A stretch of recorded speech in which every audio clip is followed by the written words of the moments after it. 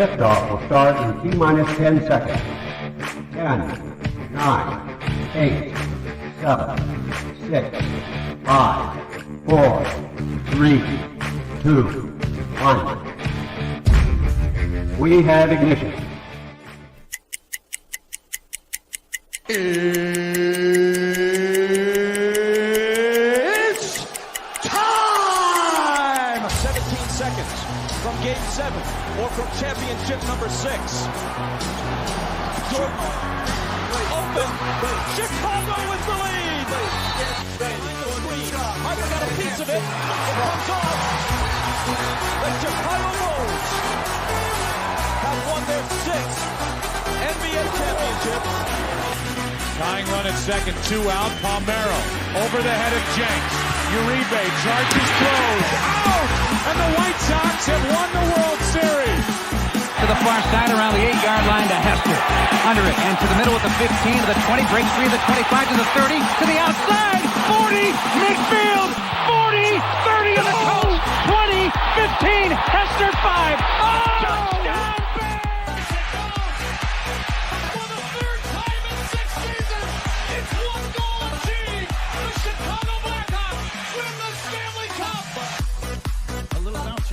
Toward Bryant. He will glove it toward Rizzo. It's in time. And the Chicago Cubs win the World Series.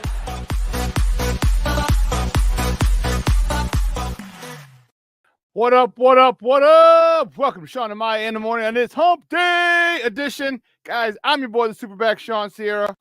Thanks for tuning in. If you're watching us on Facebook Live, well, then I guess you found us on Facebook. And if you're not following us on Facebook, what?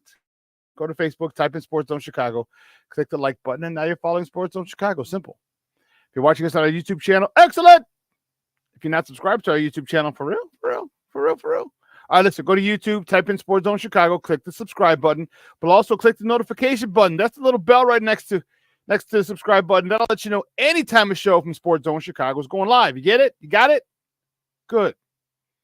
Now, if you're watching this on our mobile app, please don't tell me you didn't know we had a mobile app. Come on, baby. We have a mobile app. So download it. So wherever you get your apps from, you go there. It doesn't matter where you get your apps from, but just go there.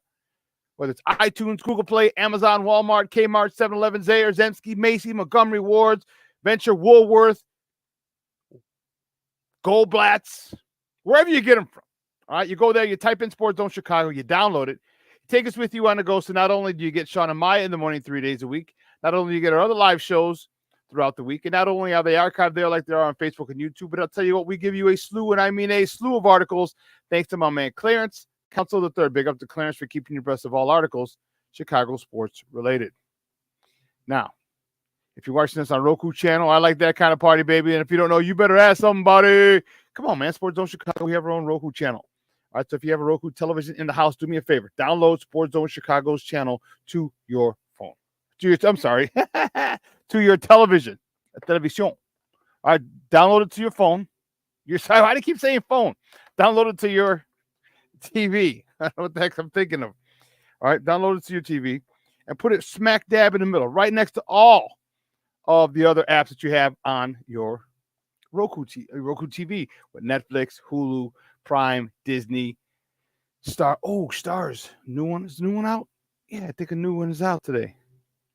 Huh. Okay. Yeah, anyway, I digress. Put it there. You can watch that on the big screen. Hell, run the big screen right, Vicky, now. And you can also tweet the show. Tweet us at Sports Zone Shy. That's CHI at Sports Zone Shy. Now, if you want to follow me, just me. Personally, you want to know what I did? Well, let me tell you what I did. I made it nice and easy for you folks. Nice and easy one handle for Facebook, Twitter, Instagram, Snapchat, and TikTok. All one handle at the Shawn Sierra. If you want to follow my other co-host, Maya Kai, you can follow her on Facebook and Twitter at the Sports Chica. Want to follow her on Instagram? Follow her because you're an IGer. You just follow her at Maya_Kai. It's MAYA_AKAI. Man, we got a great show, but I need you to get interactive. So whatever platform you're watching us on, leave a question or comment on that platform. It'll come up here in the thread. We'll put it up on the screen. We'll incorporate it into the show, and that, my peoples, is what makes this the best morning Chicago sports talk show around. And that's you. So keep them coming, baby. Questions, comments, smart-ass remarks, because ain't nobody scared over here. Like The Rock said, baby, don't sing it, just bring it. Let's see who we got in the chat today already. off the dub in early. You're looking good out there. Let's go. Thank you, Papa. I appreciate it. Thank you for tuning in. My man Armando Emeterio. Lara. Junior. My man Junior's in the house. It's Junior's birthday tomorrow. Happy birthday. Happy early birthday, Papa. Mr. Showday is in the house. Bear down, baby. That's what I'm talking about. That's what I'm talking about. Michelle Wall's in the house. Good morning, Papa. Thank you for tuning in. What's up? Happy early birthday, SuperBack, a.k.a. Greg. Yes. I'm Greg when I go out of town. I'm Greg.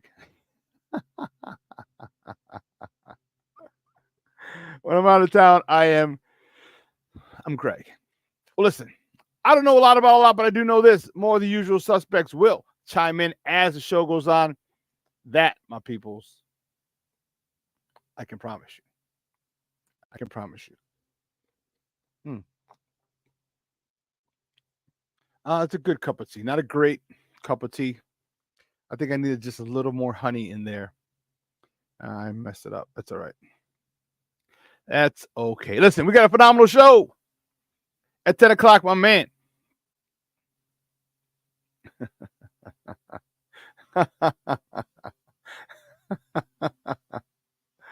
What is that's funny. I remember Big Ike. That's funny. That is funny. Jay Grizz, good morning, Papa. Thank you for tuning in. I appreciate it. I see you pay attention in class, huh? I saw Junior wrote that yesterday. So yeah, our guy Big Ike went to Mississippi Valley State, one of the best offensive linemen I've ever played with, at any level. And man, he was the nicest guy in the world. Oh, okay. He was the nicest guy in the world. All right. And even on the field, he would still,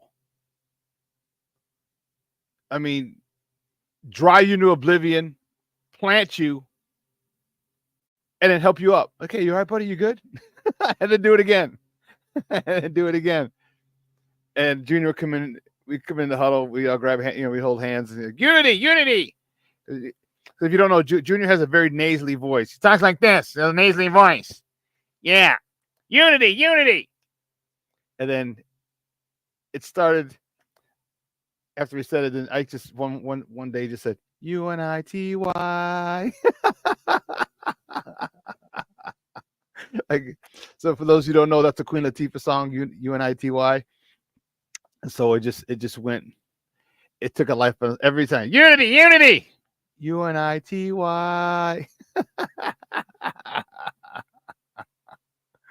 Oh man. Great time with Big Ike. Isaac Green was our tackle. And man, was he a son of a gun, boy. I saw Ike get mad once. I think I heard him curse once. He's a pastor down in Tennessee now. And that was when Ike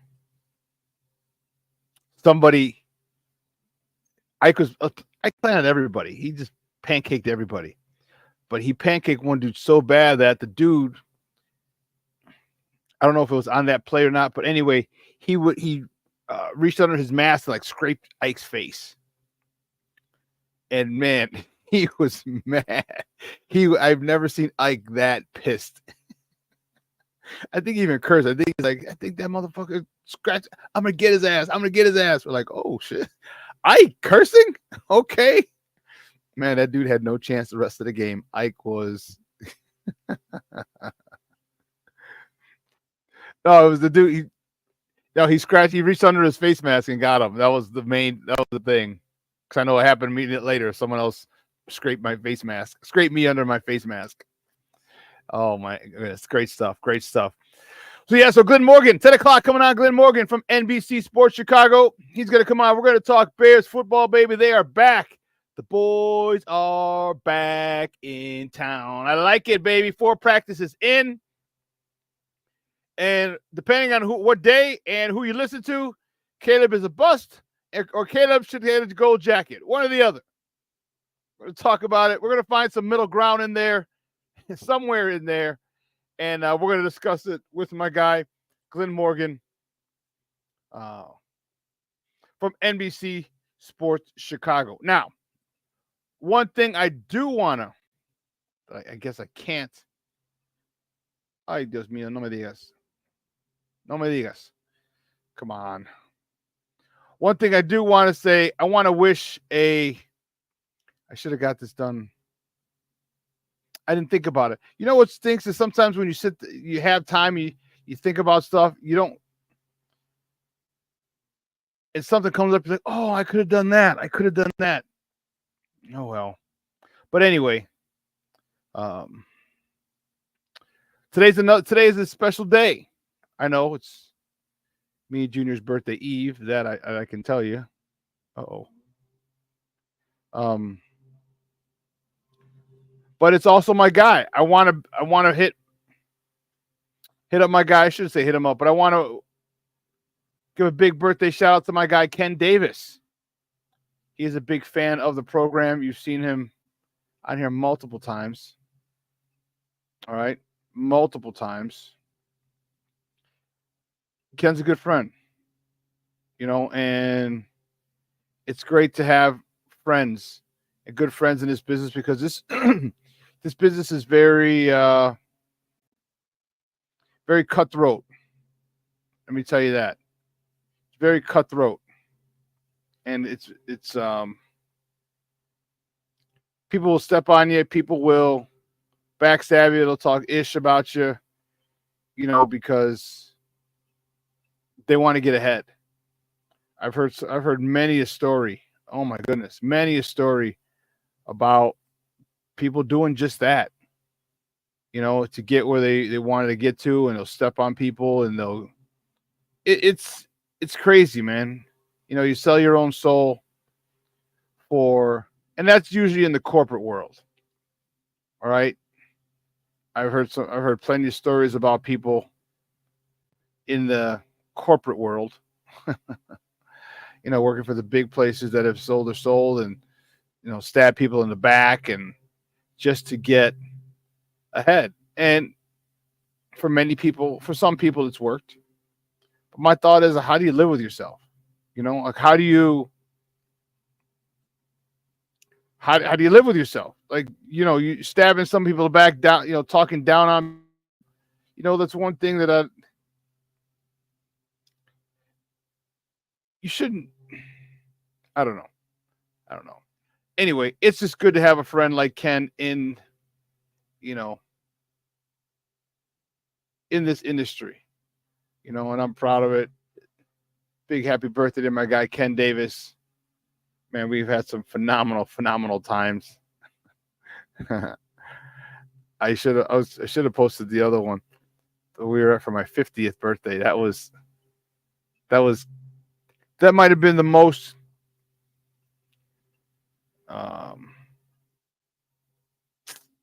probably the most authentic I've ever seen Ken. Probably the most authentic I've ever seen Ken, and it was awesome. We were up in Milwaukee. And yeah. It was such a great time. Ken was unapologetically Ken, and I loved it. It was just a great time. That for those of you who don't know, that was the night of the dead body situation. I'm gonna post it anyway. Here's my guy, Ken Davis. This is after the game, the Sox Brewers game up in Milwaukee. We were out imbibing downtown Milwaukee, and Ken just see Jason in the background taking a picture, a video, something. That was a great night. So happy birthday to my guy. Big shout out and happy birthday to my guy Ken. Man, I'm telling you. Oh, see what I tell you. More of the usual suspects checking in. Leo Factor in the house. Good morning, Papa. Yep, tomorrow. Yes. I am fired up. I said hi to Jay Grizz earlier, but yep, big happy birthday to Ken Davis. Plank is in the house, baby. Bear down. Bear down. That's what I'm talking about. Okay. I'm glad you changed it up, Plank.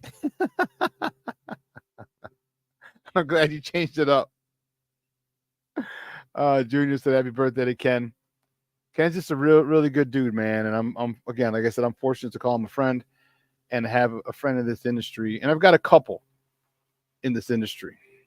And I'm grateful because, again, I know how cutthroat it is. I know how jealous people can get. There's a lot of jealousy in this industry. And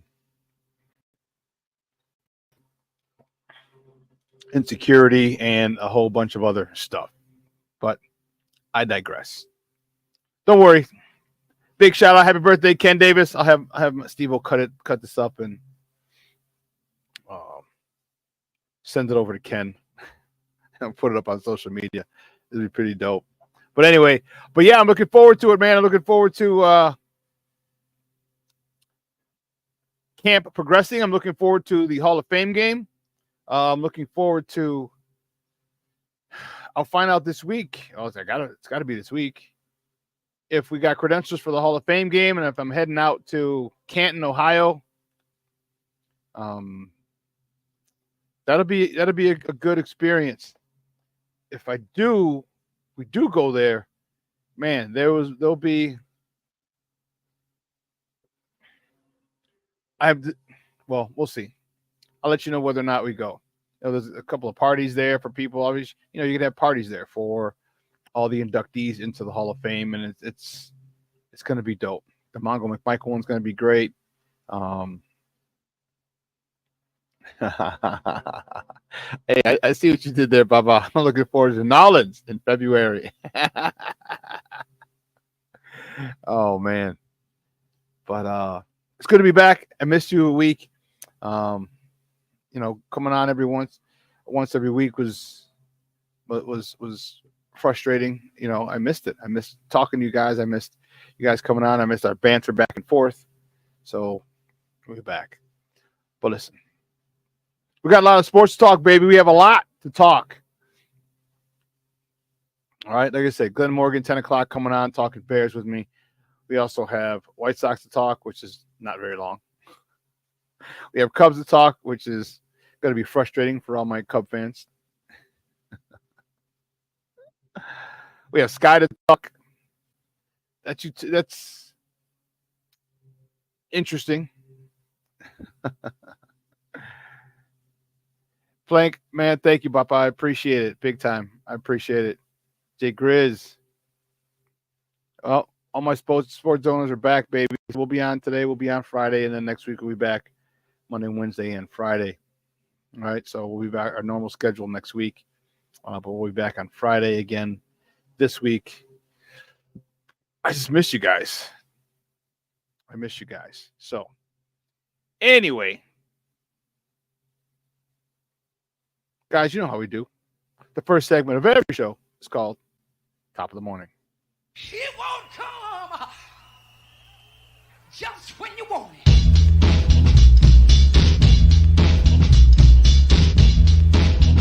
Top of the morning to you. Top of the morning to you. Top of the morning to you. Man, here we go. First top of the morning topic. Which way do we go? Which way do we go? Which way do we go? Which way do we go? Here we go. The good guys. I say that begrudgingly. The good guys. My White Sox. Rough one yesterday down in Arlington. The White Sox lose to the Texas Rangers 3-2. Garrett Crochet gets the loss. They're keeping his innings down. He went 4 innings, 4 hits, 2 earned runs, 2 walks, 7 punch-outs. Andrew Benintendi, 1 for 4 with a homer. All right, his 8th of the year, driving in his 28th RBI of the year. Andrew Vaughn was 1 for 4 with shoving in his 44th RBI of the season. Elo Jimenez was 1 for 4, notching his 8th double, 8th two-bagger of the season. 9 in a row now? Unbelievable. I shouldn't say unbelievable. It is believable because of what they've done. 9 straight losses in a row for the Southsiders. And it sucks. It sucks. It's embarrassing. But keeping with the Southsiders, the next top of the morning topic, the White Sox are at the Rangers again tonight down in Arlington, Texas. All right, first pitch is at 7:05 p.m. You can catch that game on NBC Sports Chicago or listen to it on their flagship, AM 1000. Chris Flexen is on a bump for the Southsiders. He's 2-9 with a 5.22 ERA going up against Nathan Eovaldi, who's 6-4 with a 3.36 ERA. I apologize for if you hear my landscapers again. They got here just as I was about to start the show, and I didn't get a chance to close the window, so I'll close it at the first break. But out there doing their thing. I ain't mad at them. Make their money, Papa. I get it, but I'm just saying, you interrupted my flow here. Interrupted my flow. Anyway, where were we? Yeah, the White Sox are losers of 9 straight. Okay, the only record that I want to avoid, that we need to win. All right, we can't have the worst record in the history of Major League Baseball. We can't. We're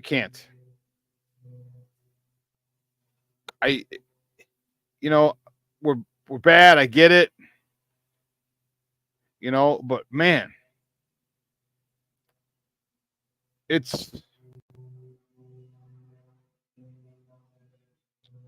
was it? The Mets? No. Tigers, Phillies, 45. Yeah, we just can't. We have to. I mean, we're not even at 30 wins. We're at 20. We're still stuck at 27. I want to say, stuck at 27 wins. Come on, man, that's embarrassing. All right, but this is what you get. You want to go on the cheap.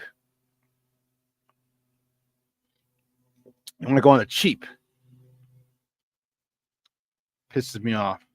So you can get me fired up in the morning. The next top of the morning topic: Cubs. Man, oh man, what a tough game this was yesterday. The Cubs fall to the Brew Crew at the friendly confines 1-0. Jameson Taillon he gets the loss. He's 7-5. What a game he pitched. 7 1/3 inning, 4 hits, 1 earned run, 3 walks, 3 punch outs. Nico Horner was 2 for 5 with a double. His 20th. Dansby Swanson was 2 for 4. And you go 7+. He went 7 1/3. Giving up 1 run, the offense failed him. Period. Point blank. End of story. 7 1/3, 1 run. So I don't know what's going on up there. It's just it'd be easy for me to talk shit about the Cubs because they should be doing better. But I'm too busy being embarrassed of being a Sox fan.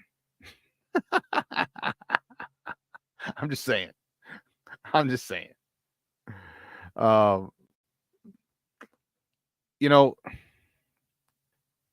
They got to get their act together quick. They had the same record last year at the All-Star break than they had this year.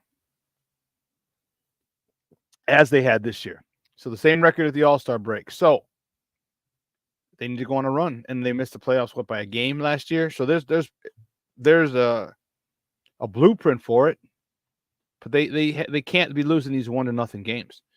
All right, these poor offensive outbursts or lack thereof of offensive outbursts are killing them. They're killing them. And here's when you start getting to the 6th inning, 7th inning,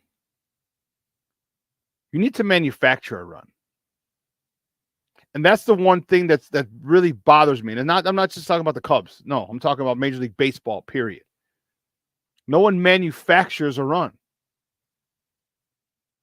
Okay? Like at some particular point, you had to have a guy in there who's a speedster or who has a good percentage of stealing bases. And this is where I'm getting on my soapbox and get off my lawn. But who the hell knows how to bunt? So no one can get a bunt, base hit, steal second, have the next guy hit the ball to the right side of the field, move him over to third, and now you got 2 outs to play with to get him home. Or a wild pitch or pass ball. Okay? 1-0 games. When you're in the situation that the Cubs are in, they got to win as many series as possible. Which means winning as many games as possible. And you have to be able to manufacture a run. Just one. You damn right, baby. You damn right, Plank. Get off my lawn, Shawn. That's what I'm talking about. But that bothers me. That bothers me. Teams they don't focus on the fundamentals. Man, that's as old and curmudgeony as it gets. The fundamentals. The F word. The F word. Nobody can lay down a bunt. And you know,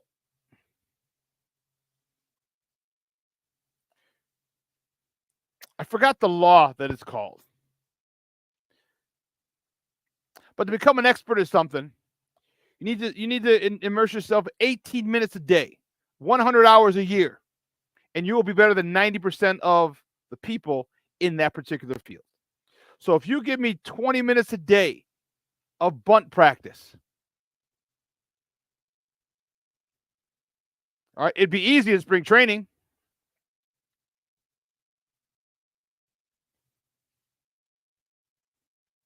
$20 minutes. 18 minutes. I get it, Michon. The modern game in baseball is hitting home runs, but guess what? Sometimes you need a run. And when you get a situation like yesterday where the Cubs needed a run, so you're just going to walk up and hope someone hits a home run? No. Create that run. Manufacture that run. The Cubs, the Sox, a lot of other major league teams are in the same boat. They don't do that. And that is frustrating. That's where the diversity comes in. You need to be able to, and this is when people switch, it's when every time things change because someone else, it's better, the launch angle and the exit velocity and this and that, and I don't care. Every sport stays true to its fundamentals. And if you're sound in those, don't get me wrong, home runs are great. Crowd loves them. The scoreboard goes off, fireworks, the whole nine. Chicks dig the long ball, you know what I mean? I get it. But you have to be able to have somebody who can bunt. You have to. You have to. And that is the problem. No one focuses on the fundamentals. The fundamentals in most sports are gone. And it's evident in baseball. Man, I couldn't tell you how many times the Cardinals back in the day. Hell, the Cubs back in the day. Bobby Dernier, the daily double. Bobby Dernier, Ryan Sandberg. All right, Bobby Dernier gets on first, a bunt, a bloop hit, a walk, steals second, Sandberg gets him over. I'm sorry, he steals second, Sandberg drives him in. You know? Or Sandberg moves him to third. So now you have, who's third? Is it Leon Durham or is he fourth? Anyway, you got 2 shots at it. And that's the problem. That's the problem. So, listen, let's take a quick break. On the other side of the break, we're gonna finish up top of the morning topics. All right, we got some good ones. Man, I'm excited to see some of this stuff. All right, so don't go anywhere, folks. We got more top of the morning topics on the other side of the break. So keep it locked right here, baby. Shawn and Maya in the morning on Sports Zone Chicago.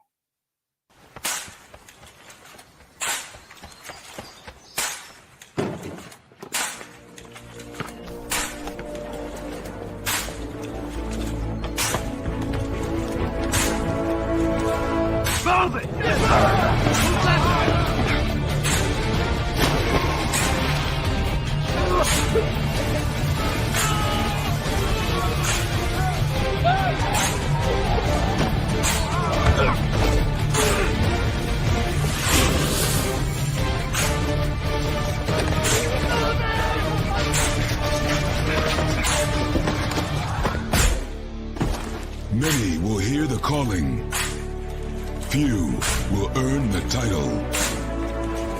United States Marine. The few, the proud, the Marines. Hey, it's your boy, the SuperBack, Shawn, and be sure to follow Sports Zone Chicago on all social media platforms. On Facebook, Instagram, and our Roku channel, you can find us at Sports Zone Chicago. And on Twitter, we are at Sports Zone Shy. Also, be sure to download our mobile app so you can take Sports Zone Chicago with you on the go.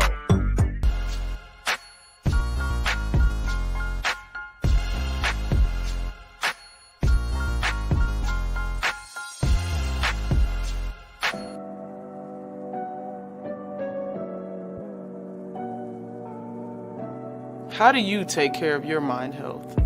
For my mental health, I meditate in the mornings. I have my dogs.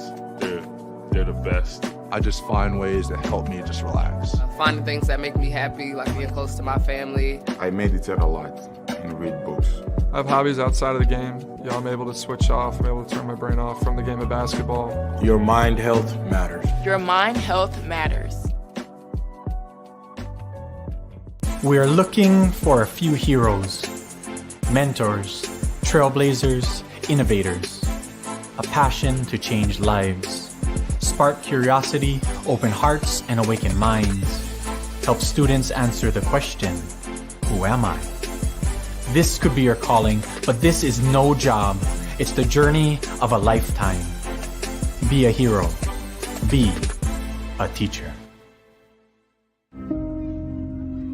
Mental health and learning disorders don't discriminate. 17 million children and adolescents in the United States live with disorders like anxiety, depression, ADHD, and dyslexia. Less than half get the help they need to thrive. Help the Child Mind Institute change these children's lives. Visit childmind.org.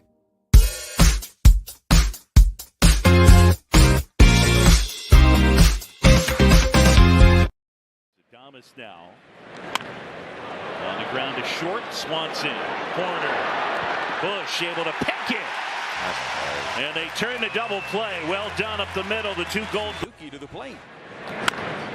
On the ground for the hole at short. Long throw at Damas. Safe. Swanson. Line drive the other way. Base hit. Miguel Amaya, the batter. Runner goes, line drive, base hit into center field. Swanson's not stopping. And it's first and third. On the ground to the right side, Horner, Swanson, Bush, turning, right on cue. Wow, that was a hell of a double play.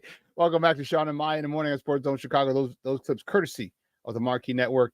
Those were the Cubs on the north side yesterday with a tough 1-0 loss to the Brew Crew, the Milwaukee Brewers at Wrigley Field. It's a tough one. Whew. That was a tough one.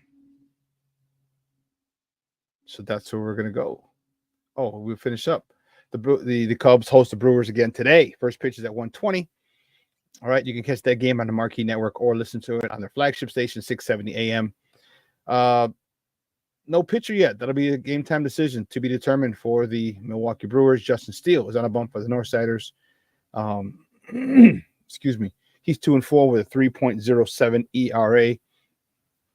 Cubs just can't afford to keep losing these games. Can't do it. Can't do it. Won't do it. If you want to make a serious run at the wild card, you have to start taking serious. And this is a team in your division. This is a team leading your division. You gotta, and it's a dual-edged. I mean, you're killing two birds with one stone in that you're shortening, closing the gap. Not that you're going to catch them, but you got to beat your teams in your division. All right, you have to. You have to. You have to. You have to. Well, the next top of the morning topic. Peep this bad boy. Peep this. All right. The United Center owners, right? Reinsdorf and Wirtz, I unveil a $7 billion project called the What? Stop it. There you go. They unveil a $7 billion project called the 1901 Project. Okay? It is going to revitalize the West Side. There'll be a 9,000 seat music hall. See it there. Okay. The parking lots that they own, they're going to be filled with different things, not just going to be parking lots. All right. Fields there. You know, and the one thing that they didn't say when they came out and talked about it yesterday, they didn't ask for public funding.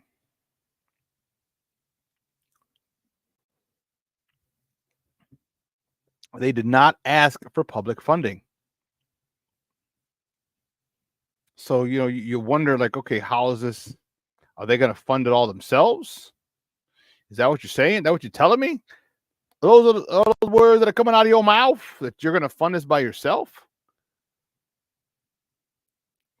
Interesting. You notice there's a lot of parking lots around there. All right, a lot of parking lots around the United Center, which I thought is dope.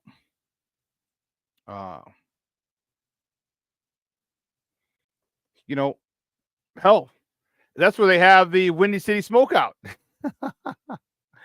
For those of you who don't know, the Windy City Smokeout used to be on Grand Avenue right before the Chicago River as you're heading into downtown. It was in a small parking lot. I remember because the girl I was dating at the time, it was like 8 years ago. She wanted me to go. I was like, I'm not going to go. She goes, then just drop me off. I'm supposed to meet some of my friends. I said, oh, I bet. No problem. So as soon as you pass, you're going eastbound on Grand, right? You pass Milwaukee, Grand, and Halsted, that 6th corner. You go into the viaduct, and then you're going to cross over the river. Well, to the left, there was a parking. I forgot whose parking lot it was, but that's where the venue, that's where the Windy City Smokeout was. It's a small little thing. And then now it blew up into literally one whole city block. Across the street from the United Center.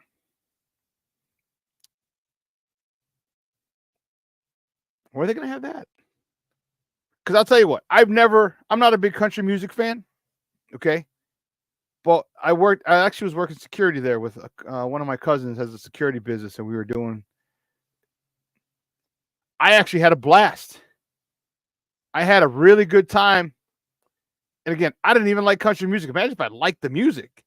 They have little cabanas. They got VIP areas. They have little cabanas that you can rent, that you can, purchase for the weekend or a day, And that comes with alcohol and your own server, private bathrooms. Those bathrooms are dope. Those VIP bathrooms are dope. But I digress. So they're not asking for money for this thing. So they're going to build residential units and condos and apartments and other stuff and on their own, with their own money. Could that be one of the reasons that he's asking for funding for a new White Sox stadium? Because he's doing this, because Reinsdorf is doing this on the side with. This is another one of his projects that he's putting his own money into. Excuse me. It looks cool.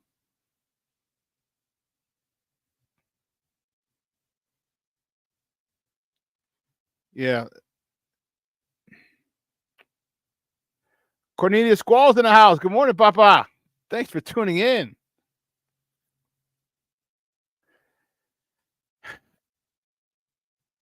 I think it'll look good. I don't know. Because let's look at this real quick. Look at it. Let's look at this angle. So in the middle, obviously, you have the United Center to the right of it. It looks like that would be the music hall. and then around it is a lot more buildings, residential.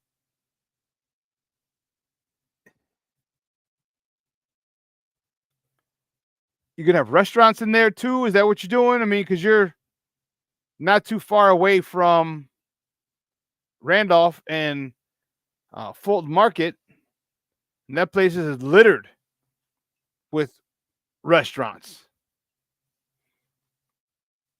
So is this what you're gonna do? I don't know. You're involved in a community. I mean, here you go. Peep this. You got, and during the winter, you can have this skating rink, and is it going to be similar to what Rosemont has? I don't even know what it's called. It used to be MB Financial Park and something Financial Park. It's this park. But you know what I'm talking about. Over by Movie Co Theater, or would have all those little bars and restaurants, and you have the ice rink there. Is that going to be something like that? This looks like the music hall, that they were talking about.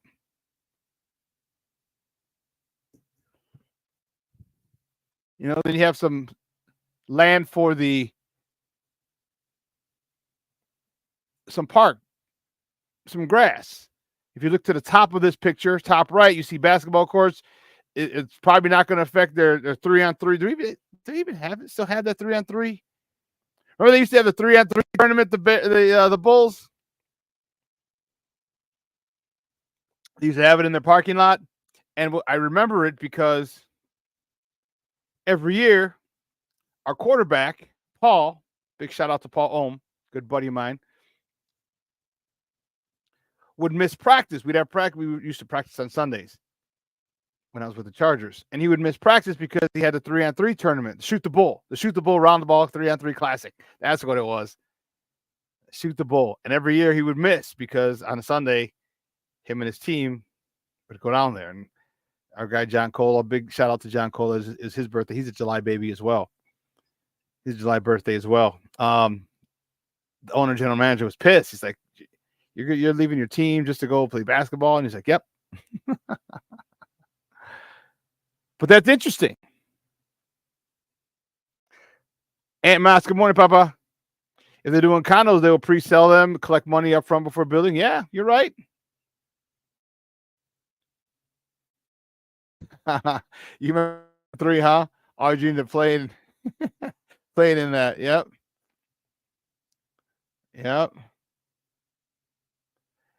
Junior, I do remember. Mondo and Monica both used to work at Movie Co, but I remember Mondo used to work there. I think it got me in once. Or I saw, did he get me in? No, he got me in once. That's right. He did get me in once. Oh, you're great. I lived over off of Racine. You're right off of Whitney Young. Yeah. Okay. Was she in the little projects over there? My buddy, good friend of mine, God rest his soul, Big Rob, had some people living in the project, the little Lojacks right over there by right by Whitney Young. Man. Crazy.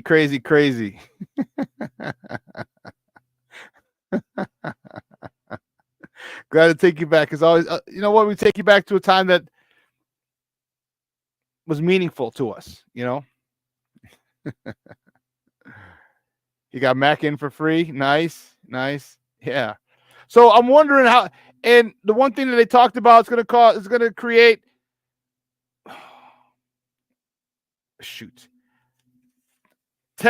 thousands of jobs it's going to create.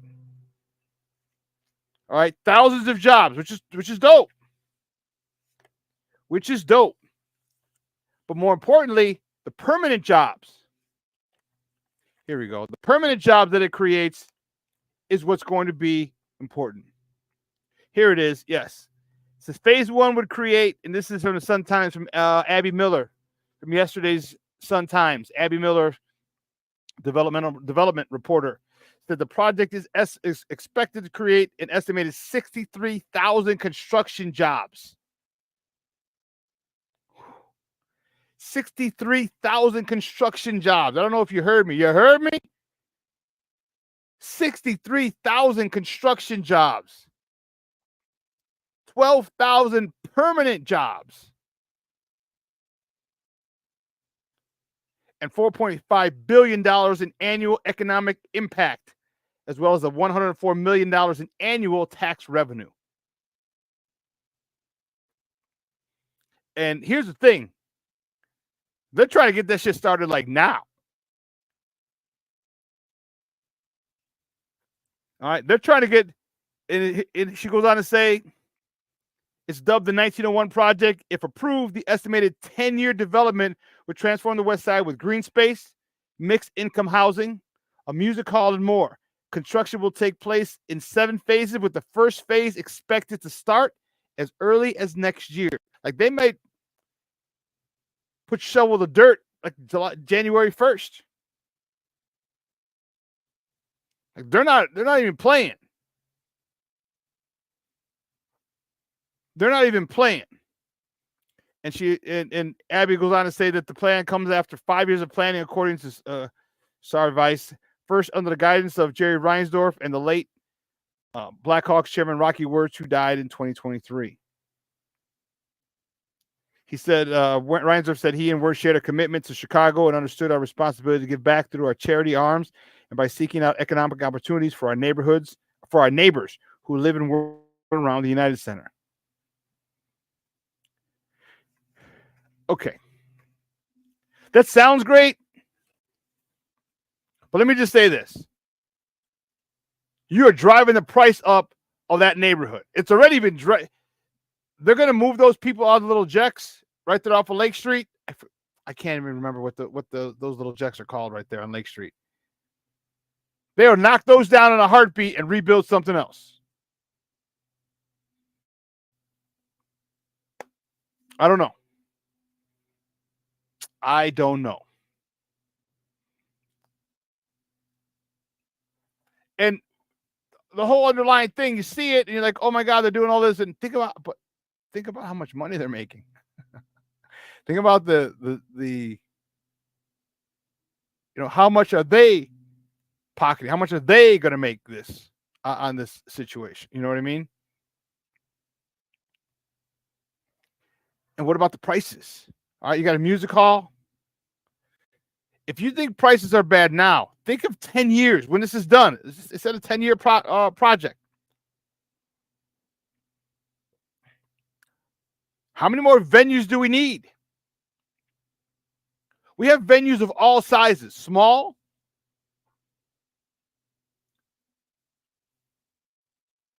medium, large, and stadium. And we have multiple stadiums. You can do a concert at Wrigley. You can do a concert that'll hold 30,000-ish, 25, 30,000-ish. Do a concert at the United Center. That'll hold, because you usually cut off the back end behind the stage. That'll hold about, but you hit the floor. So that'll hold about 18,000, 16 to 18,000. Soldier Field will give you about 50,000. Then you have the City Winery, which will hold a couple hundred. You have Thalia Hall. I mean, there's so many different places, so many different venues. How many more venues do we need? How many more? You know what I mean? Like, I don't know. I don't know. It sounds nice, but to me, there's something that doesn't sit well with me about it. And I don't know what it is yet. Again, it sounds great in theory. It sounds really great. But something just doesn't sit well with me about it. It's not about the amount of money he's going to make. That's fine. I don't care. You've earned, you've made that money. You're entitled to do whatever the hell it is you want to do with it. It's fine. It's something else. I just don't know what it is. You know? See, that just used to be called the West Side. So from like Randolph, it used to be the near West Side. That would be like Randolph Street. And once you hit Union Park, then it was the West Side. But after the gentrification, now it's West Town before you get to the West Side. So they added another neighborhood in there called West Town. So I go to my buddy's spot on Grand and Wood. I'll put my buddy Eddie from my high school buddy. And across the street there was an empty lot for the whole thing, the whole time. So for the whole 12, 13 years, there was just an empty lot, kitty corner from output. Well, they started building, and they built, I think it's at 16 units. It's they're parking in the back underneath in enclosed parking. But the top units are going for like 1.5 million. And this is an area, if you knew this area growing up, you'd be like, what? Drugs, gangs, prostitutes, all up and down that area. All up and down, up on Grand, up on Lake Street, all up. The reason I know is my aunt used to live over there when she first got married with her husband, God rest his soul. And when we go as a kid, we go visit them, you would see all this stuff. And now it's like one of the hottest neighborhoods there are a lot of people who stayed there, and their parents still have their buildings there. And man, they're sitting on a large piece of cash. And there's a lot of buildings, $1.5, $2 million buildings. Former Blackhawk goalie Scott Darling lives in that neighborhood. I mean, he lived down the street from my buddy who was renting an apartment a couple years ago. Nice house Scott has. Holy shit, nice house. Nice. It's one of those buildings. It takes up the whole city lot. Doesn't have a backyard, but it has the roof deck. It's dope. It's dope. So, I don't know. We're going to see. I'm anxious to see how it plays out. Again, they're not asking for any money. They haven't at all when they talked about this. We'll see. We'll see. And the last top of the morning topic, Bears training camp is underway. And there's a lot of positive. Here we go. Feedback from everybody. And I tell you to take this with a grain of salt. And here's why. Because if you remember, people were excited before about, with Justin Fields. And my stance still hasn't changed. All right? I'm a Justin Fields guy. All right? It hasn't changed. So we've seen a lot of the excitement that they're talking about. We've seen it. We've heard it. We felt it. So pardon me if I'm not jumping for joy over the hype that you're creating. And I'm not saying that Caleb's not doing well. I'm not saying that at all. I have nothing personal. I like the kid. I hope he comes in, balls out. Okay, I hope he does. But here's what it's from Dan Wiederer from 2 days ago. So Caleb still has a long way to go. This is on his Twitter account, his X account.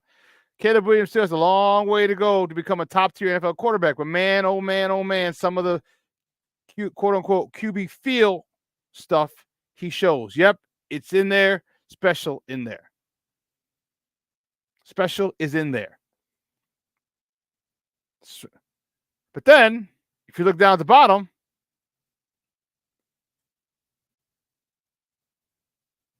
back in 21, he's like, the more you watch Justin Fields deep ball, easier it is to fall into a daydream of possibilities. The blend of arm strength and accuracy are special.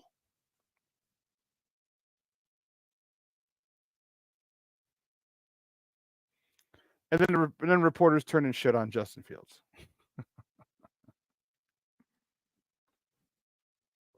So forgive me if I'm not gaga goo goo over all the reports I'm hearing. I'm happy. I hear Caleb has showing some flashes. He's not backing down. He's having his good days. And I love it. Defense are having better days. I love that. Because let's keep it a buck. Let's keep it a buck. if Caleb was shredding this defense, I'd have a big problem. I have a big problem. If he's shredding. Oh no, I agree. Both can be true, Cornelius. I agree. Justin looked good when he came out, but they're not in pads. Pads don't come out until Friday. It's 7-on-7. Take it easy. Take it easy, man. It's 7-on-7. All right. There's no pressure on the quarterback. You can't even, I think you get fined $10,000 if you come within a step of him. I'm kidding. It's a joke. Okay. But you're talking, oh, special this. You say, hey, they're doing well. They're progressing. The hype that they feed into, they get you to buy into, obviously for clicks, obviously for reads, obviously for likes, obviously for follows. But let's keep a realistic perspective. It's camp. No pads. Can't touch the quarterback. It's okay. Cornelius, and that's fine. I agree. Caleb's release is a lot quicker than Justin's. It's okay. And I hope he used it. I hope Shane Waldron stresses that and uses that. Remember, I want them before they take the train. They can take the training wheels off after the bye week. Then you got the Patriots, the Commanders, and the Cardinals. Not in that order, but and now up until then, I hope Shane Waldron has Caleb work that short game so he gets it. He can do it with his eyes closed. Is in his first year. As close to almost automatic as possible because that'll open up a lot. That quick release, give me a quick hitch, give me a slant, give me an out, give me a curl, give me all those things. Because that's going to open up a lot.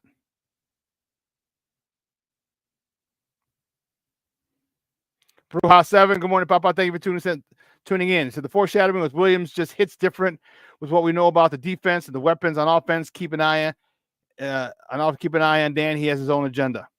He very well may.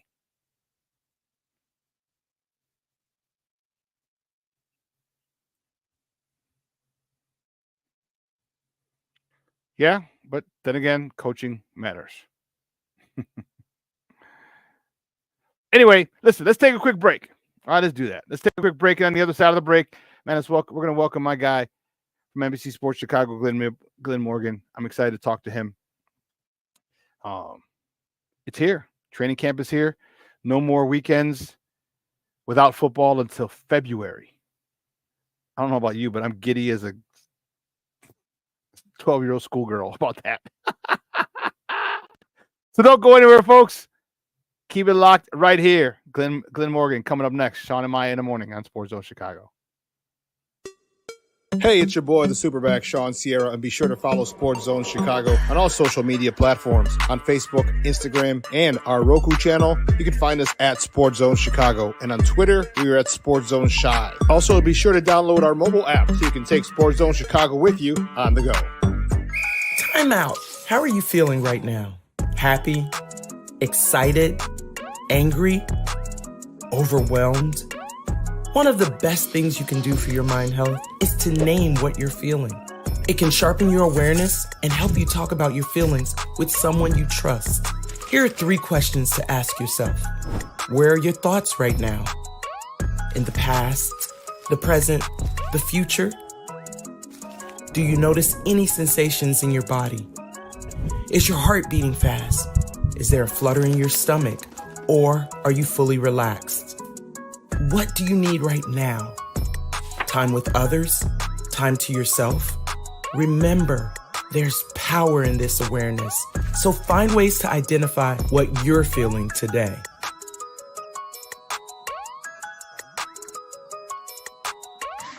Hi, guys. Hey. Hi, Megan. Hey, Jessica. Megan, you're a tramp. Ryan Fitch told me you guys made out. Everybody knows. He said your breath smells like garbage. And he almost puked. He says you're the most desperate girl he knows, besides your mom. How many boyfriends does she have anyway? Lots? Your makeup makes you look like a clown. That zit is huge, zit face. Ugly.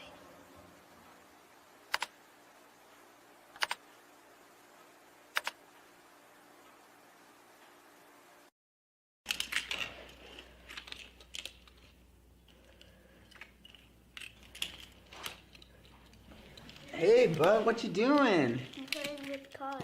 Cars? Can you show me what a car does?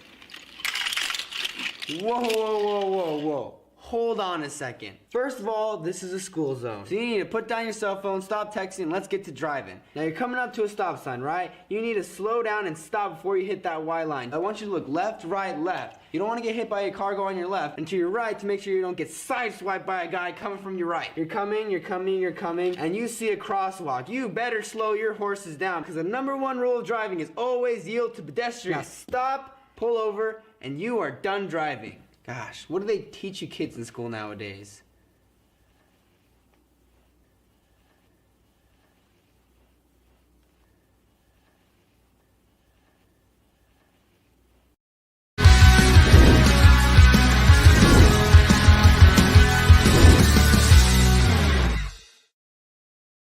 Welcome back to Shawn and Maya in the morning on Sports Zone Chicago. I'm fired up. I am fired up to have my next guest on. He is a good friend of the program. I'm excited to talk to him. This is, Bear season is here. He's a Bears analyst on NBC Sports Chicago. You can find him on Twitter at True Glenn Morgan. Guys, just welcome back to Shawn and Maya, Glenn Morgan. Glenn, what's up, buddy? How are you? Good morning. Hey, what's up, brother? How you doing, man? I'm good, man. Hey. I'm good. Dude, I just remembered when I come on your show, I got to prepare myself for those depressing ass PSAs that come on. Oh my God, dude. But what about cyberbullying? I'm here like, man, dude, before I get on, I know I got a big noggin. I got to make sure, it doesn't show and make sure no zits are there. It's like checking my soul when I come on your show. Tina, you're a tramp. Your breath smells like garbage. Exactly. I'm prepared though. That PSA prepared me so I can handle it. I'm good. Hey, you grew up you damn well you can handle it. Especially the time era that we grew up in. Southside. Yeah. Oh man, so it's here. It is finally here. Training camp, football season has started. All right. It depends. I said earlier, depending on who you listen to and what day, Caleb is a bust. Or Caleb gets the gold jacket. One or the other. After 4 practices. Right. After 4 practices, right. Some say he's a bust, and then the next day he's a gold jacket winner, and then it's like, take it easy.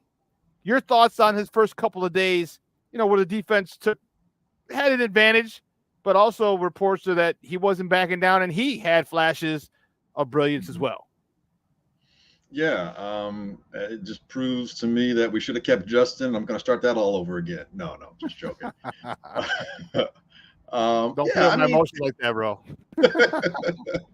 No, it's what's to be expected. I don't. You have a defense that's an experienced defense, young, but there's some good experience, especially with Byard back there now. So you've got a heady safety back there. They're communicating real well. The secondary, we all know it's a strength of the defense, and that's where Caleb is going to be tested the most that we'll see. These 7-on-7 drills and some of these other drills, we're going to see the defensive backs flash. You know what I mean? So they should do things where they can confuse him. If the defense wasn't doing that, I'd probably be a little bit more concerned. By the same token, he's a #1 pick for a reason. So you expect to see him do things that make him look exceptional. I don't think arm talent and his athletic ability or his physical attributes are the question. It's a matter of whether or not he knows how to play quarterback in the NFL. And that's what he's learning right now. So yeah, man, it's going to take some time. It's going to look rough. It's going to look fantastic.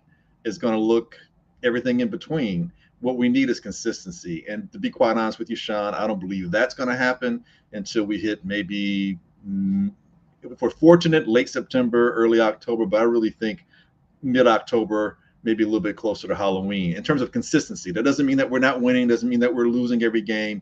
I'm talking about in terms of Caleb's trajectory being consistent as an NFL quarterback. Kind of like what we saw with Stroud. He wasn't really consistent. He didn't really start, ascending until about late October. Right. And luckily for him, he had a guy who knew how to maximize his strengths. And as long as Shane is doing the same there, I think we're going to be in a good situation. I think as long as he runs the ball, relies on defense. I said, I had here. I'll pull this up real quick. I said after week 7, after the bye, when they get done with Jacksonville, they have the bye.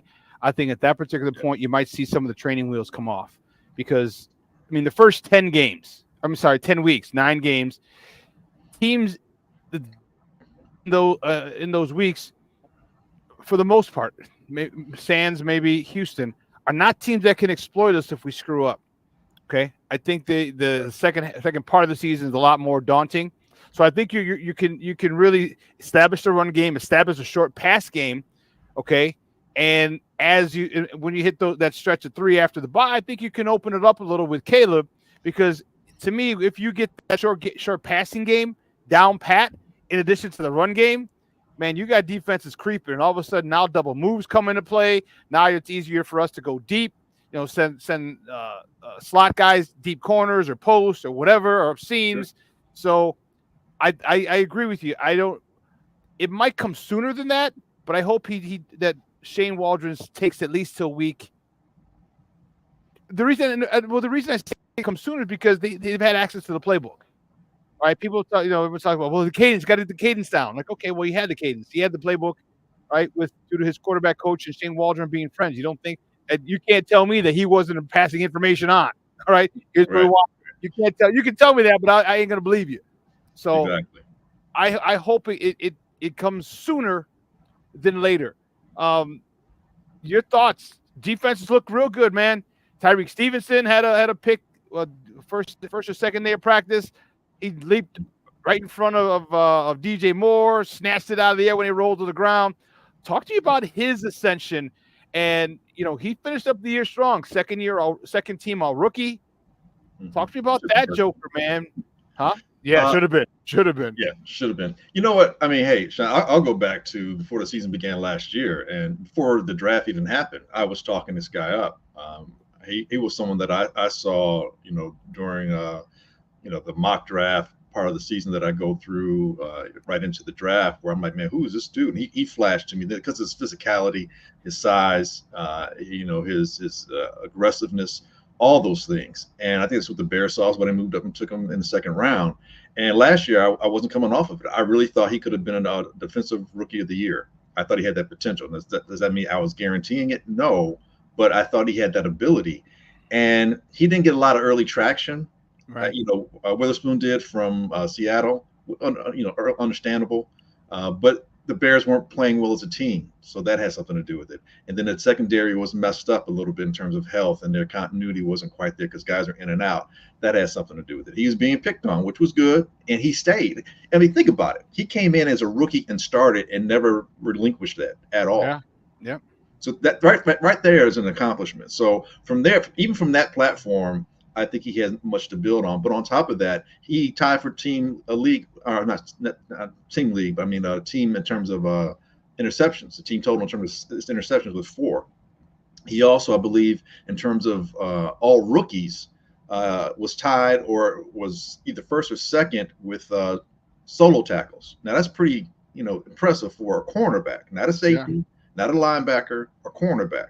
So that lets you know that the defense wasn't that good. So he had to make a lot of tackles, but he was making them. You know what I'm saying? He was getting there on the stops, and he had 16 breakups. So, he's nothing but to grow on from that. And now, you bring in a safety, and I like Eddie, but Eddie wasn't the most physical safety. So now you have Byard, and with Byard and Brisket back there, they have an ability where one doesn't have to necessarily be the box guy, the other guy be, the center fielder. They can both switch off. And so that's going to help out Tyreek even more. You're going to have that much more help with the defense because they're going to be disguised a little bit more. You can do more things with it. They're in the second season. So they're all have more synchronicity with one another. They're more aligned with what they're going to do and how they want to do it. And that's what was going to help Caleb. But as far as Tyreek, man, dude, the moon, the stars, you name it, he has it all ahead of him in terms of him being able to really be that impactful player. I think he can be maybe third team. I don't know if they do that like in basketball, but he can maybe be second team defensive back because the Bears are going to be expected to be good defensively. So eyes are going to be on them at the beginning, unlike last year where eyes weren't on them. People were expecting them to be garbage, and they were early on. But this year, those expectations are already in place, so people are already going to be looking at the defense as a whole. Jalen Johnson becoming one of the more premier cornerbacks. Eyes are going to be in the secondary as well. Brisker be one of up-and-coming safety, so the eyes will be there. All he has to do is flash like he did during some of the things in the OTAs and mini camps or what have you, to where he gets those picks that stick out, Heisman moment type picks, if I can use a vernacular from college, something that makes you remember, like, oh yeah, man, remember that pick, something that's a highlight type deal.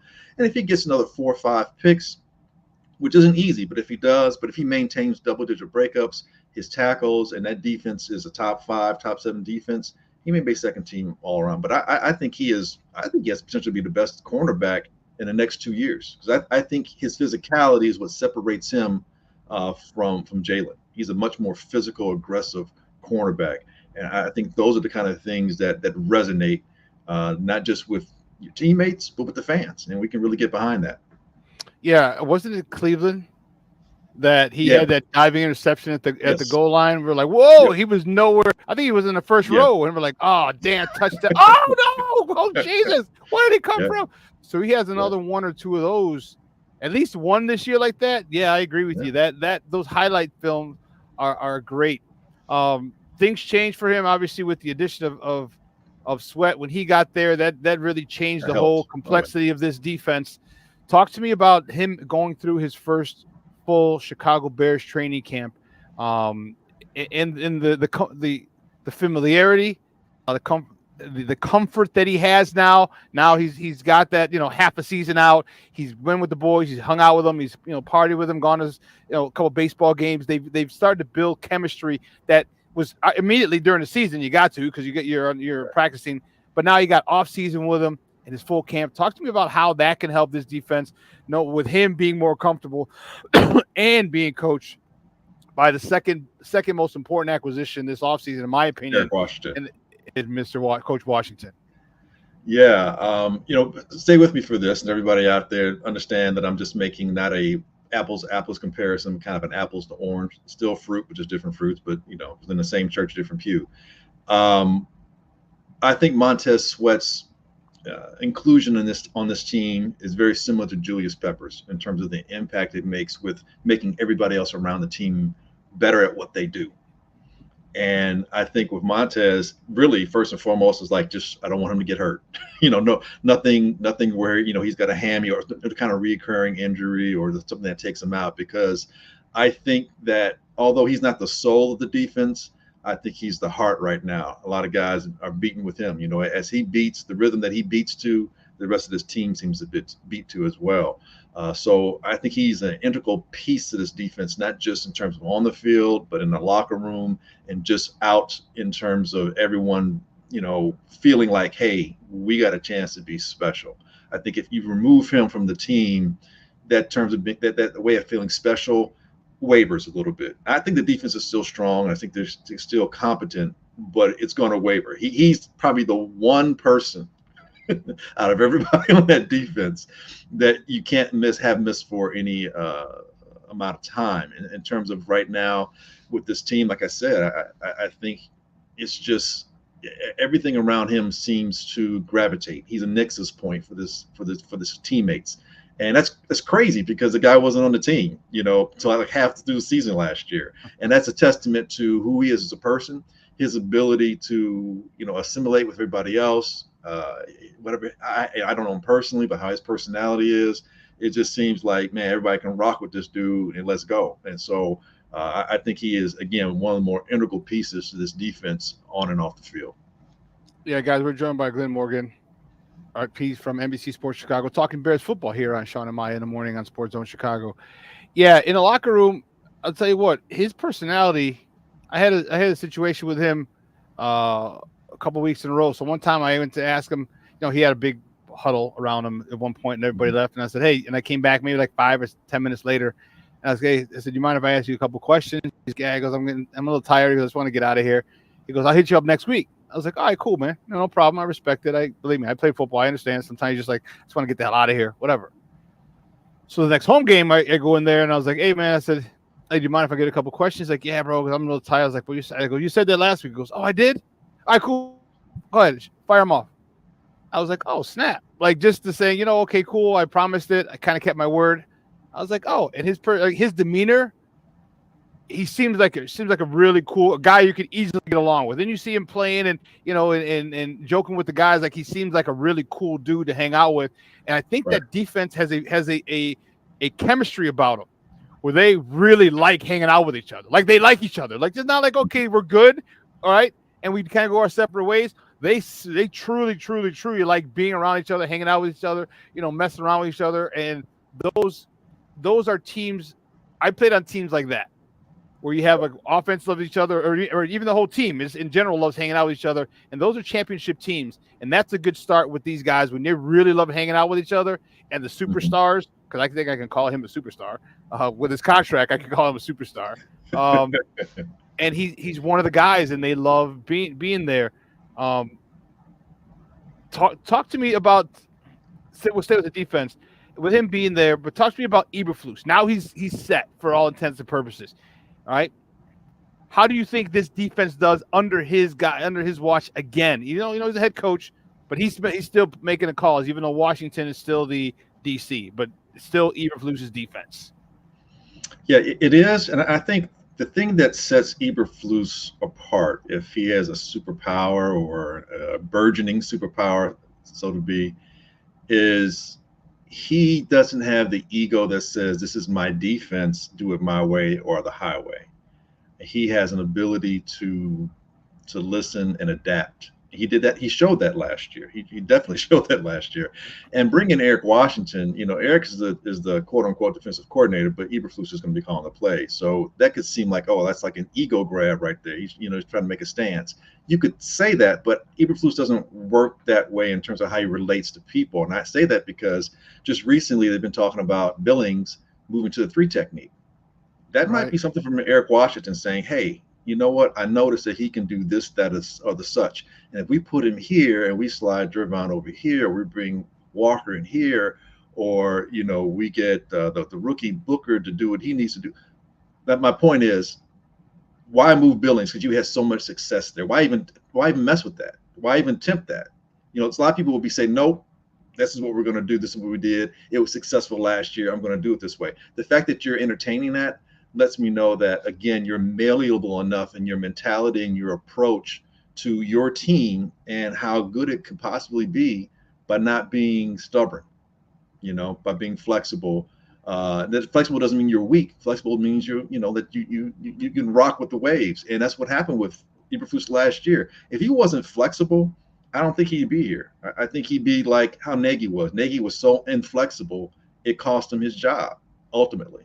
He was refusing to do things. Nope, it's got to be this way. It's got to do this. I'm refusing to do this. I don't want to do this type of formation. Like, dude, this is what your teams can do well. This is what, why don't you try this I formation? I don't want to do that. Man, I formation is really working. Okay, maybe I was wrong.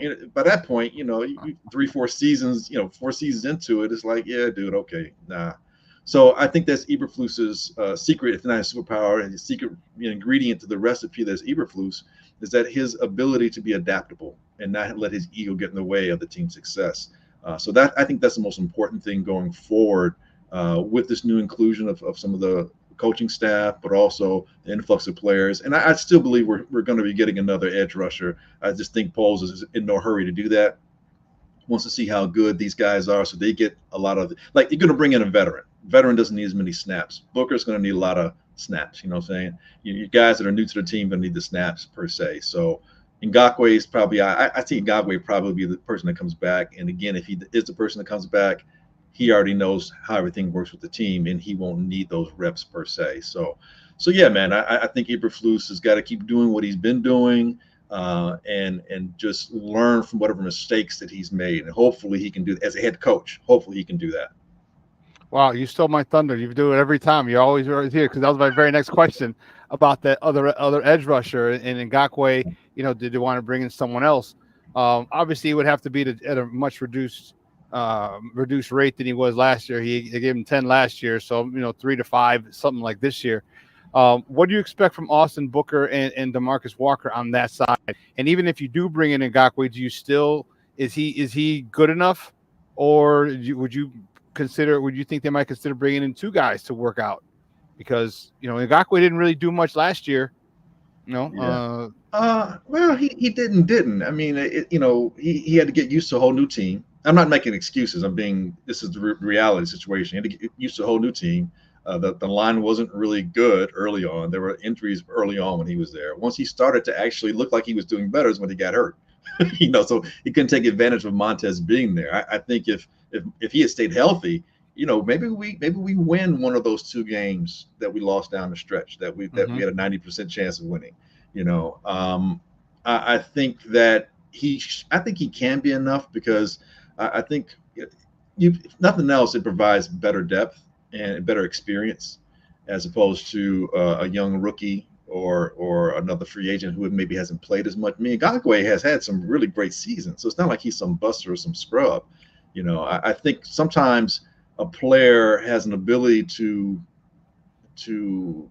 be more effective when he's used to his surroundings. He's kind of been a mercenary for a few years, bouncing around. Yeah, and I think he hasn't had less than 8 sacks until last year with us. Right.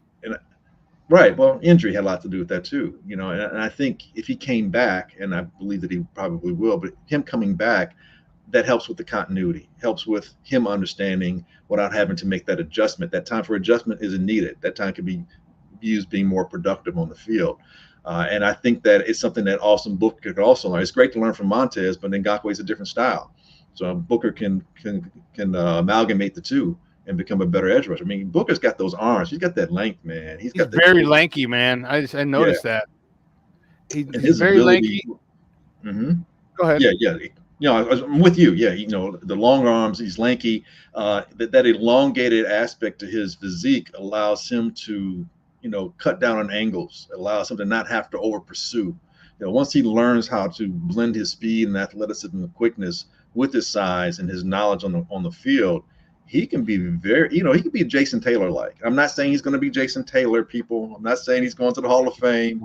I'm just saying in terms of, body type wise and effectiveness and usability, think along those lines. And if he's a poor man's Jason Taylor, I can live with that as well, especially in the way this team is composed. He doesn't have to be a superstar there. There are superstars in other places. You just need to be good, apply that pressure, get the sacks when you can, and don't get beat out on the edge, and make sure because his length, he can affect things even out on the flat. His stride, he can get out there. So you throw a quick dump off to the running back. I bet you Booker's going to be there in a flash. That guy might get 2 or 3 yards at best. Especially if the running back has to cut back once or twice. He's coming the opposite way.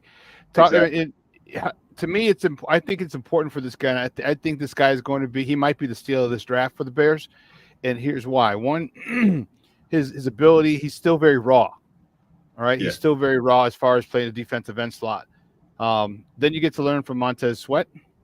You get to learn from Yannick Ngakoue if he comes back. But more importantly, you get to start your professional career under the tutelage of Eric Washington. I think that's important. My old saying, coaching matters. And when you get taught proper fundamentals, when you get taught well, all right, in the beginning of your career, man, it's important. That stays with you. All right, that doesn't have to be unlearned, untaught. Like if you're taught bad habits or your bad habits are allowed to stay with you, you got to get untaught those, and then you got to learn new ones. You're gonna get top-notch coaching and what from Eric Washington. Watch a perennial Pro Bowl player in Montez Sweat. I think this kid, that's a great way, a phenomenal way to start your NFL career that I think is going to be invaluable to him as his career goes on. Sure. Yeah, hopefully. But no, right. Yeah, I mean, theoretically, everything you're saying, yeah, and that's the thing. I'll say this about Poles' regime so far. You can say, man, he's been really lucky and fortunate. I think there are times, and if you're really good at what you do, there are times where you create an atmosphere for your fortuitous things to happen to you fortuitously. And I think that's what he did. He created an atmosphere in terms of some of the moves that he made, some of the moves he didn't make, and allowing organically for things to kind of happen. And learning patience is probably the hardest thing for a young GM to do. And I think that at times he kind of fought himself a little bit, but he stayed patient, and it paid off, and it's paying off right now. And I say that to say that everything you just mentioned, having that coaching staff in place, it should organically allow for these players to develop, for these players to create that chemistry and that sustainability that you need to be successful. I mean, everybody can't be the Kansas City Chiefs, where it seems like they had instant success. Everyone attributes it so much to Mahomes, and not taking anything away from Mahomes. But again, as you and I have said before, let's not forget he was drafted on a playoff team. The team had been to the playoffs several years before he got there.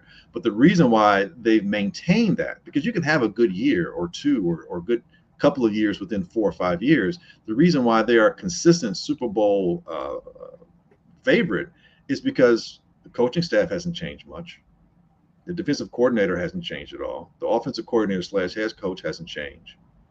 Some of the coaches that were there, Eric Bieniemy stayed there for, 3 Super Bowls, 3 Super Bowl victories.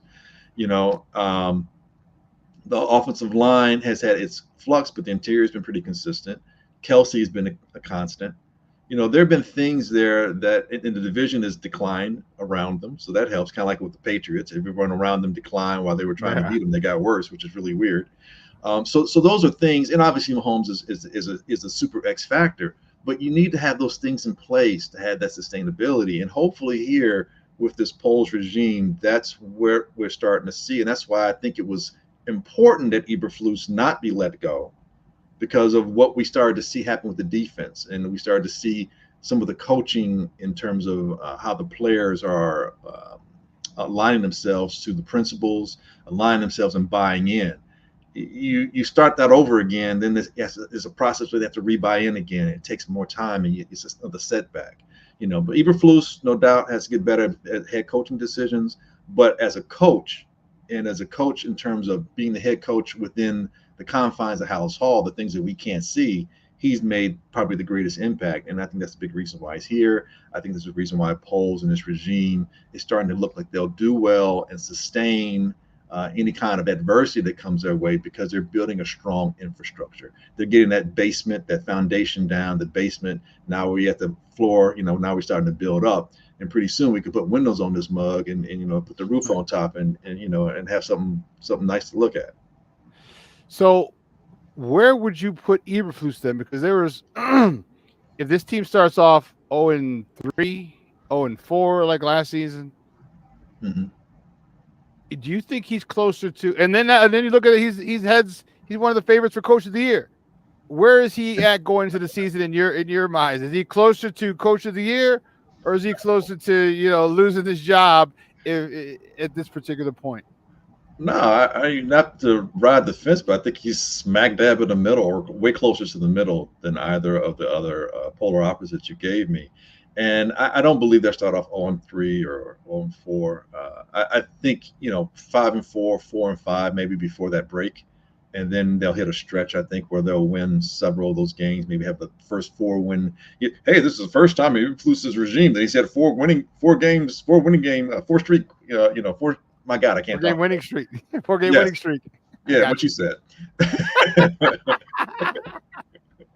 And so I see something like that happening, and really where the testament to how well he's become as a head coach, how much he's improved or grown as a head coach, will be that those last 8 games, man. I mean, 6 of those games are division games, so they're uber important. And in between that, you got Frisco and Seattle, who will be fighting for, making the playoffs as well. Those teams are sound rosters as well. Now, Seattle has a new coaching staff, so we'll see if that messes with anything. But as far as talent, they're as talent as the Bears are. If maybe not in some spots, maybe here and there a little bit more, but they pretty much almost resonate at the same vibrancy, because the secondary is strong there. Strong running group, receiving group was good. quarterback situation seems to be, one is more of a veteran, one has more potential with us.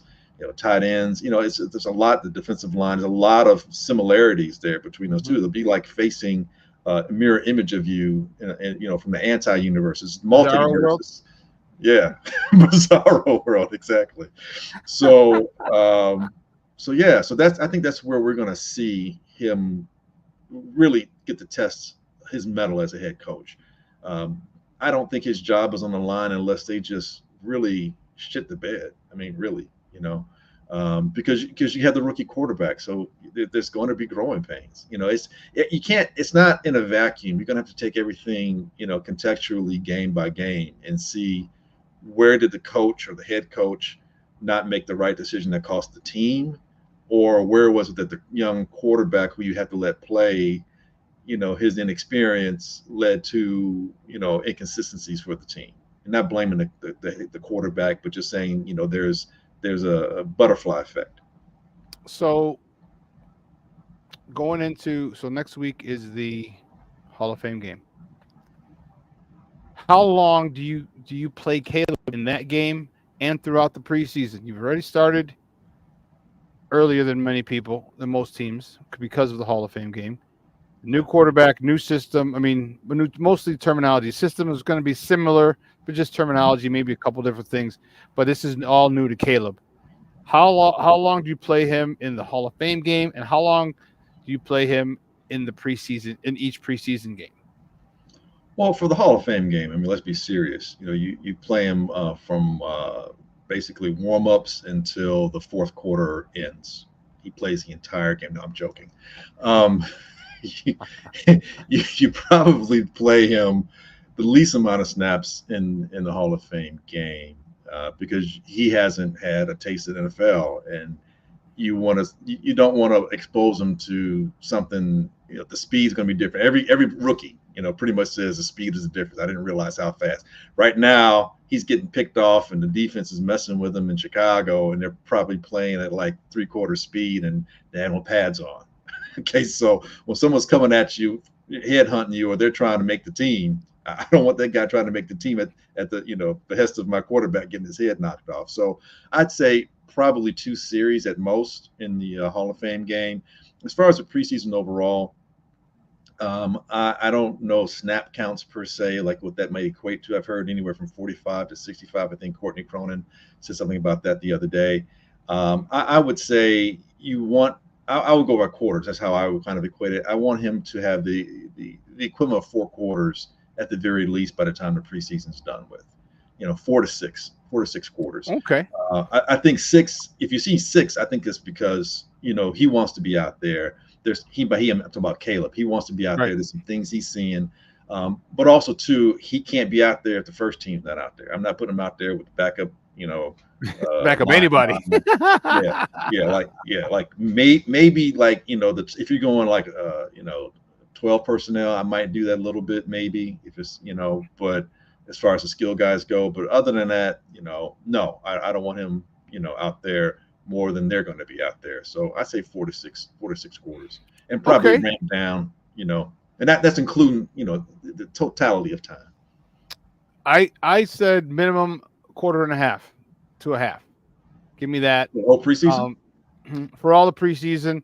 Hall of Fame game will probably be a little less just because of the reasons you stated. But give me 1/4.5 for the other 3.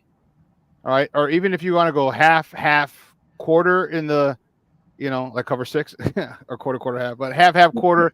And then the last game, you just have them a quarter because then everyone else who's fighting for a spot gets more time. I'm even okay with that. But I think he's got to play at least two of the preseason games. He's got to play a half, again, with the first team.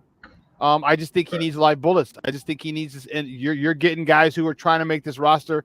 You get because you're real live NFL competition, not your teammates anymore. Not what I mean. So yeah, I'm with you 4 to 6. I say again, I would even go 2 half, not quarter for the Hall of Fame game, half quarter, or maybe even 2 series. If that, maybe the last 2 series, game. The last game. I'll say this, man, because he is the starting quarterback. I mean, really, there's no competition behind him. I know that it's like you're kind of caught between a rock and a hard place. You don't want to get hurt. I'm like, hey, offensive line, do your job. Hey, coaching staff, don't have him in some plays where he's holding the ball long. There are things you can do to help him out. It's not just all on him. But because he is going to be the starter, he needs to play, man. He needs that timing. He needs that timing with Odunze and Scott, even your fourth string wide receiver or your fourth wide receiver. You need that. You need it with Everett. You need it with your backup running backs. To know how, because look, they can all catch the ball. Khalil can catch, Roshan can catch, but they don't all run the routes the same way. You know what I'm saying? So you got no difference. Like, hey, that angle route, that Texas route that you can do to Swift, that wheel route, you probably can't do that with Roshan. You don't have that kind of speed. You know what I mean? He's more of a flats guy. So you got to understand the difference, and then how you throw the ball. When you're throwing it to the running backs, it's different. Two different, yes. Then you throw the receiver. So again, he needs to learn how to play quarterback. He needs to learn how to play quarterback with his teammates, and they need to understand him and know that when he busts left or busts right, the offensive line needs to know where to follow him, how to protect his backside, because he don't move the same way Justin does. Some of these guys might be thinking he's like Justin. Justin is maybe like a up the field. Caleb is like, kind of like Russell Wilson, kind of roundabout. Yeah, I'm a roundabout this way, I'm a roundabout that way, and then I'll take it upfield because I'm trying to pass. You got to block differently. With Justin, it's like, okay, hey, let me make sure I don't get in the way, and all right, go. I'll watch you because Justin, is up the field already. Caleb is kind of like, no, you need to keep watching his backside because he's coming right back to you, and it's someone either going to be waiting for him if you're not blocking him, or there's someone behind him if you're not blocking him. So those are things, I don't want to see a lot of that in the preseason, obviously. But those are things you still need every now and then. You need to understand, hey, this dude moves different. This dude thinks different. This dude is different. And how can we align ourselves so we're not on different pages? We're reading from the same book. What do you think of Tevinjenkins and the stalled contract negotiations? Do you think he comes out and really goes crazy and says, you know what, you don't want to negotiate? Bump this. I'll bet on myself like Jalen Johnson did and demand a higher contract? Or do you think he sulks? What are your thoughts on Tevinjenkins? Because I think he's one of our most important. He's in the top two of our best offensive linemen, him or Darnell Wright. So it's really interesting that some of the players you talked about weren't guys that Poles even drafted. Mm-hmm. So I think there's a certain, and Tevin's been here long enough with Poles. I think there's a certain pragmatism that comes with it and understands. Okay, he was, that what Poles did with Justin's going to go a long way. Hey, we want to do right by Justin. That was a mantra, and that they did that. With Jalen, then it wasn't contentious, but there was, there wasn't a lot of budging here and there until very business-like. Right. And so I think with Tevin, I think he's taken that attitude because he's taken a lot more, he paid a lot more attention to his diet and his strengthening and his flexibility. So I think he believes and knows that I got to stay healthy. The only thing stopping him, I believe, is his question of his health. Can he be on the field? And if you get by probably the bye without any kind of injuries, and he's doing what he does when he plays out on the field, I think the negotiations are probably ongoing at that point. Okay. And maybe when I say ramping up, I just mean they're continuous. But I don't think anything is going to happen until he can at least put 15 games in. I think there's some latitude a little bit. But if he's only put up 10 games, then no. I believe that Tavin's going to take his services elsewhere, maybe to Miami. I don't know, but maybe to South Beach. But yeah, it just, I think Tavin's got to stay healthy, and I think he knows that, and that's why he's doing what he can so he can maintain his health, and not just for this year. Yeah, you want to get paid, but you want to have a career. I mean, you want to be around for another paycheck too. I mean, he's young enough, and offensive lineman, if you're healthy enough. And they need offensive linemen, especially good ones, then he can maybe get a third contract. So yeah, I think he won't sulk. I think he'll be an adult about it. I think he'll be a businessman about it. I think talking to Jalen, that's another thing too, man. You got these guys who in the locker room, if anybody might have more of an issue, I would say potentially it might be Khalil. It's just like, man, dude, I can see the writing on the wall. You brought DeAndre in here. I wasn't your draft pick. I was banged up last year. So I think Khalil's a guy that really needs to show if he wants to stay in Chicago. But even if it's not Chicago, to go elsewhere, every opportunity he gets, he's the one who needs to show. So I think these guys, Poles has been consistent. You know, and I said that a long time ago. The thing about him and Eberflus, these guys are as transparent as you can be, but they're not disingenuous, and that's what you want. You want a guy who's not going to say one thing and then do the other, you know, or act like he's not going to say something, or act like he's not going to do something and then do it. You know, he's been pretty much upfront, and I'm sure more upfront with even the players in a lot of ways, but he's been consistent about that. You know, from the time he got here. You know, even with Roquan, it didn't work out, but you know, it wasn't like, you know, he was telling Roquan anything that wasn't true. You know what I mean? And then he did again. Roquan went to the Ravens. I mean, bro, you can't go to a better place. Yeah, so it's exactly. like even if they trade you to get some value, trust they're going to trade you somewhere where you could come up. You know, so I like that too. You know, so yeah, man, I think Poles right now he's on the trajectory to being one of the better GMs in at least in the last, I say, half century in Chicago. Right up there with, you know, the Cubs GM, Theo, and I know people don't like me saying it, or maybe they don't think Jerry Krause deserves it, but that dude is one hell of a GM. You may not like his personality, and you know, I know if Michael says he doesn't like him, the world doesn't like him, but Krause was a hell of a GM. And, oh hell yeah! Put that the only person he didn't draft was Michael. It's the only person he didn't acquire. Right. And don't forget Bowman on the Blackhawks too. Yeah, to some degree. He didn't bring in Taves and Kane, but he put all the other pieces around, like Krause. Yeah, he put all the other pieces around him. So no, I hear you. I hear you. So what do you think before we let you go, man? I appreciate it, guys. Again, we're joined by Glenn Morgan from NBC Sports Chicago, talking Bears football here on Shawn and Maya in the morning on Sports Zone Chicago. What do you think the record is going to be? Because you know what? People looked at me crazy. Like, I'm gonna put it up here.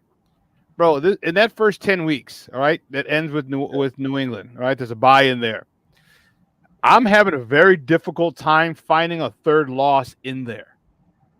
I can come up with 2 losses, but I'm having a difficult time. If you come out of those first 9 games, all right, 7-2, man, you are cooking with grease.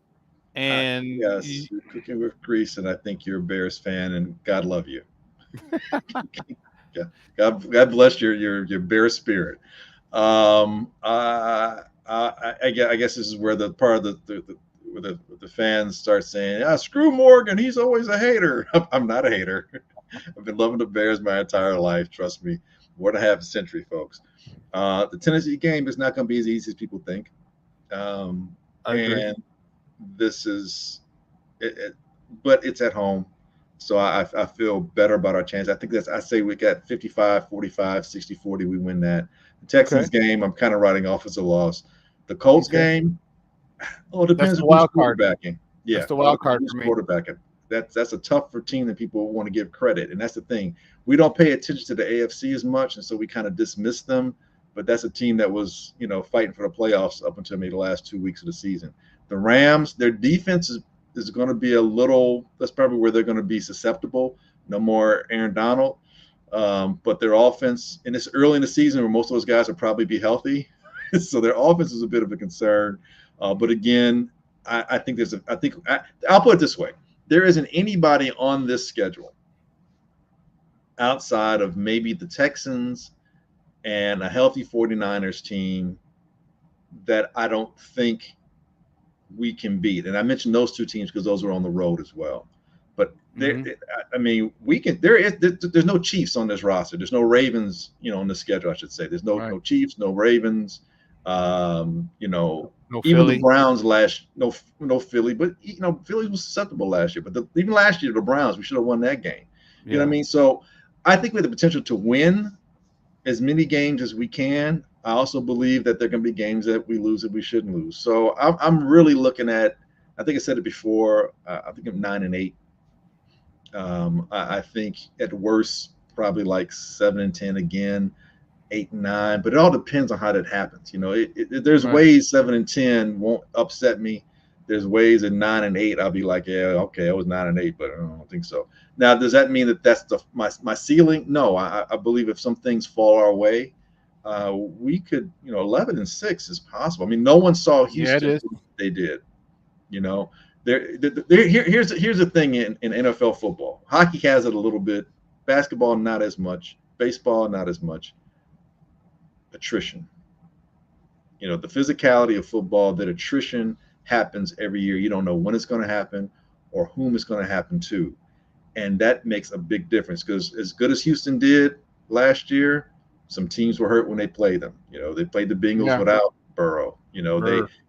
They caught Jacksonville at the right time. They went to a rut, and Lawrence struggled all year with injuries. And the Colts, they were up here back and forth with quarterback situation and other injuries, and Taylor, all these things. So we don't know.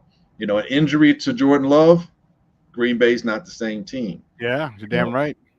An injury to Justin Jefferson, I don't know. With the quarterback situation, Darnold might still be good, but he would be a lot better with Jefferson.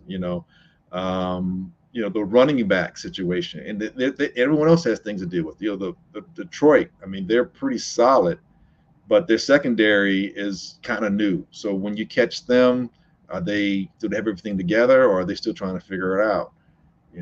Jacksonville, Jacksonville is probably looking to rebound, and playing Jacksonville in playing Jacksonville in England is almost like a old home England. Game Jacksonville, right? Old England, old England, yes. Indubitably, when they play Jacksonville in Old England, it may not be something that works out well for the Bears, because because Jacksonville plays there so often, they understand the rigors of that kind of travel. So, it's when you catch these teams, where Caleb's development is. And again, I'll say this, if I hadn't said it before, the most important relationship right now that needs to be developed is Waldron and Caleb. I concur. And that's why like I mentioned earlier, I think that first 9 games, I think it's, even if you do come up with 6-3 and you can split those last 4, man, that's 10-7. That's a nice season. Right. That's a nice season. And, an improvement is for me, they got to go 10-7. They got to go 10-7. I see Shorty saying 13-4. Okay. Yeah. Yeah. And a first team to win. He also had the first team to win a Super Bowl with a rookie quarterback. Right. He's been on that for about 2 months. Ever since they drafted Caleb, he's been on that. Maybe in his Madden league, that's what he's talking about. I'm pretty sure in his Madden league, he's got them going 13-4. Yeah, so it's going to be interesting, man. I'm excited. I'm looking forward. We'll see if I can get to that game in Ohio, or apply for credentials. So hopefully we get that, and I'll take a quick ride down 80 to Ohio and check that out. But it's going to be fun, man. It is here, and I'm anxious to see the development from week 1 to week 18, because I think that's going to be huge for Caleb. And the more he develops, man, the more this offense develops, and the more this offense develops, Lord have mercy, because I think this defense is going to. They understand that they got to kind of shoulder the load early on, and I think they're anxious. I actually think they're looking forward to it. Like, okay, we get the ball and snap. We get to snap quick and let people know. We're coming out the gate, let everyone from jump.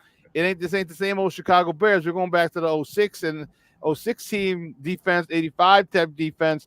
Be that dominant, man. If they do, even the 18 defense, bro. Even the 18 defense. Yeah, that was just a double dunk here. I blame that on Trubisky anyway, and the coaching staff. But that defense was deadly, man. I mean, I think they were finished with number 1, I think, overall. I don't remember. I know they were top 5. Mm-hmm. I know they were top 5. So yeah, even if it's that defense with a better offense, and I think with a better quarterback in terms of ability and sustainability and growth, higher ceiling, with a better, I would say better play caller, but just a play caller who understands, and has that malleability and that adaptability. That's the key, man. You look at Andy Reid. The big reason why he's successful is because he knows how to adapt to this talent around him and to the times around him. That's what you got to do, man. That's it. Glenn, man, as always, excellent stuff, bro. I appreciate it. Do me a favor, let everyone know where they can find you in your work online and on TV. Yeah, man. Hey, you can find me, while you still can, on NBC Sports Chicago, whether it's Football Night in Chicago, Understand the Podcast from time to time. Every now and again, the guys at CHGO let me get a little spot, like a shine over there a little bit, but also whenever you can. Drew Glenn Morgan at Real Glenn Morgan, Drew Glenn Morgan on Twitter, and hey, on your show when you're kind enough to let me, grace the airwaves here. So Man, I love talking Bears with you. Also, we'll have to do it again. We'll do it more often this season. But great stuff, Papa. I appreciate it. You have a wonderful, wonderful day. It's gonna be nice, not too hot, so enjoy it. And we will talk soon, man. Bear the freak down. All right, brother. Appreciate you. Bear down. Thanks, guys. That's Glenn Morgan from NBC Sports Chicago. Man, great stuff. Love talking Bears football with him. Lord have mercy, because we could have gone on for another 2-3 hours, but. And you know what? And you guys would have loved it. You guys would have loved it as well.